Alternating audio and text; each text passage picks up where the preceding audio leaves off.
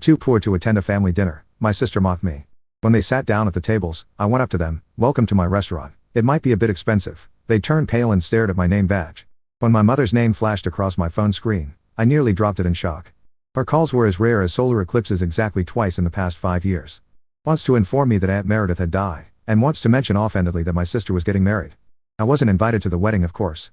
Hello, I answered cautiously. Erica, her voice carried the same flat tone I remembered. Your sister Vanessa and her husband are visiting this weekend. They want to see you. Come to dinner on Friday at 6. Then she hung up. I stared at my phone. 30 years old and still feeling like the unwanted child. I could have said no.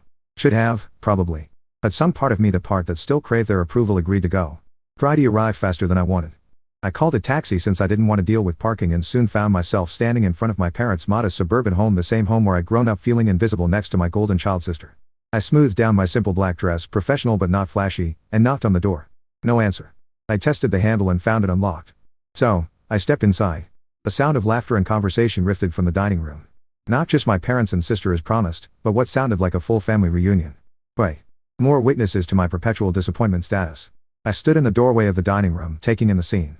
My mother and father at either end of the table, Vanessa and her husband centered on one side like royalty, and various aunts, uncles, and cousins filling every other available chair. Everyone's attention was fixed on my sister. The second location should be open by summer, Vanessa was saying, gesturing dramatically. Brian's business is just exploding, aren't you, honey? Brian, her husband, nodded smugly. He owned a car repair shop, something I knew only because cousin Amy occasionally texted me family gossip. And Caleb is already saying full sentences, Vanessa continued, referencing her 2-year-old son. A pediatrician says he's advanced for his age.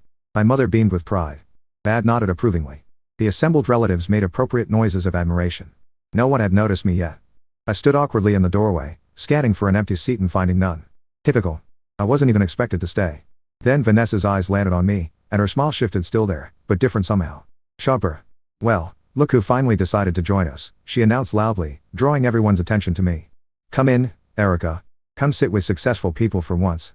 I chuckled to myself, but kept quiet. Aunt Linda scooted her chair over, creating a sliver of space at the corner of the table. I squeezed in, balancing on the edge of the seat. As I was saying, Vanessa continued, we're opening the second location right here in town. Brian's going to commute between both shops until he finds a manager he trusts. My parents nodded enthusiastically. Your father and I are so proud, Mom said, reaching over to pat Vanessa's hand. You've done so well for yourself. Vanessa soaked in the approval for a moment, then suddenly turned her attention to me. So Erica, she said, her voice dripping with false sweetness. Are you still working as a waitress at that restaurant? The table went quiet. All eyes turned to me. It was true that I'd started waitressing right after high school. My parents had refused to help with college tuition, saying they were saving for Vanessa's education. I had to find my own way.